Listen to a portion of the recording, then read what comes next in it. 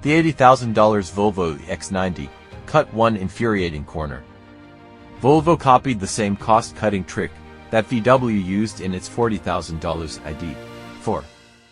Volvo is finally launching its all-electric X90 flagship after a series of delays. The interior looks great, but the window switches are an annoying example of cost-cutting gone too far. It's not a deal-breaker, but we'll have to see whether the EX90 is nice enough on the road to justify its long gestation period and missing features. The EX90 is Volvo's long-awaited electric flagship.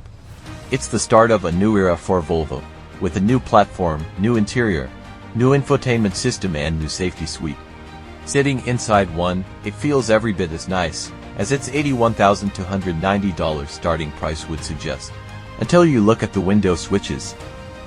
Volvo has copied my least favorite detail from the Volkswagen ID.4. Rather than giving you 4 individual switches for the cars for windows, Volvo gives you a left window control, a right window control and a toggle button. The toggle switches the focus between the front and rear windows.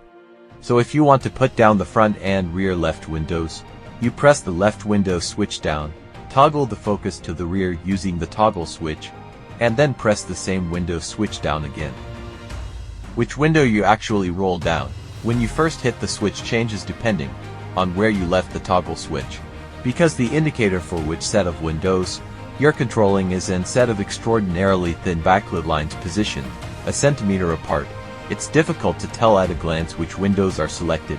On a sunny day in the bright and airy X90's cabin, it's near impossible. Volkswagen at least lights up the word rear in bright lettering to show you what's selected. But don't get it twisted. Volvo's version, while annoying, is far less aggravating than Volkswagen's. VW uses a capacitive touch button for the rear window toggle. The result is that it doesn't always take on the first attempt. While it's a step process to roll down the rear window is annoying, a 3-step process when the first attempt fails is unacceptable. 4 steps if you accidentally roll down the fronts while attempting to select the rears, or vice versa. Why do they do this? It's cheaper. Automakers are pinching pennies as they reconfigure to sell EVs.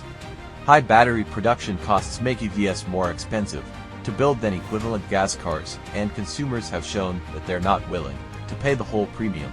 So car companies already ruthless about cutting out unnecessary costs are now getting more bold. For window switches, they argue the minor convenience is worth the trade-off.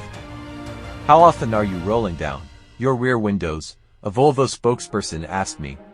I'm a bad target for that question, because I roll all 4 windows down for part of almost every drive I take. I like fresh air. I live in a mild climate and I can't stand the buffeting feeling you get when you only roll down one window.